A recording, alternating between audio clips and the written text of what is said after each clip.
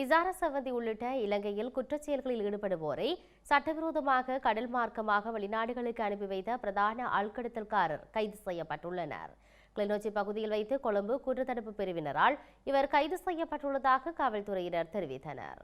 கனேமுல்ல சஞ்சீவவின் கொலை தொடர்பில் நேபாளத்திலிருந்து கைது செய்யப்பட்டு நாட்டுக்கு அழைத்து வரப்பட்டுள்ள இசாரா சிவந்தி வழங்கிய தகவலுக்கு அமைய குறித்த ஆட்கடத்தக்காரர் கைது செய்யப்பட்டுள்ளார்.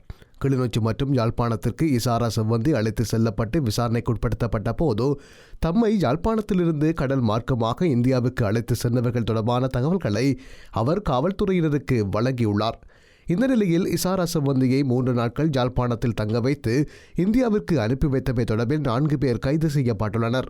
அவர்களில் நாட்டில் குற்றச்செயல்களில் ஈடுபட்ட பின்னர் இங்கிருந்து தப்பி செல்வோரை கடல் மார்க்கமாக அழைத்துச் செல்லும் பிரதான ஆட்கடத்தல்காரரும் அடங்குவதாக காவல்துறையினர் தெரிவித்தனர். குறித்த சந்தேக நபரிடம் மேற்கொள்ளப்பட்ட விசாரணைகளில் குற்றச்செயல்களில் ஈடுபட்ட பலரை வெளிநாடுகளுக்கு அனுப்பி வைத்துள்ளமை கண்டறியப்பட்டுள்ளது. இதேவேளை நேபாளத்தில் இசாரா சிவந்தியுடன் கைது செய்யப்பட்ட நாட்டுக்கு அழைத்து வரப்பட்டுள்ள திட்டமிட்ட குற்ற செயல்களில் ஈடுபடும் குற்றவாளியான கம்பகா பபா என்று அழைக்கப்படும் தினேஷ் ரிசாந்த் குமாரவின் தொலைபேசி அழைப்புகள் தொடர்பான பதிவுகளை ஆராய்வதற்கு நீதிமன்றத்திடம் அனுமதி பெறப்பட்டுள்ளது. காவல்துறையினர் முன்வைத்த கோரிக்கைகளுக்கு அமைய கொழும்பு மேலதிக நீதவான் இதற்கான அனுமதியை வழங்கி உத்தரவிட்டுள்ளார்.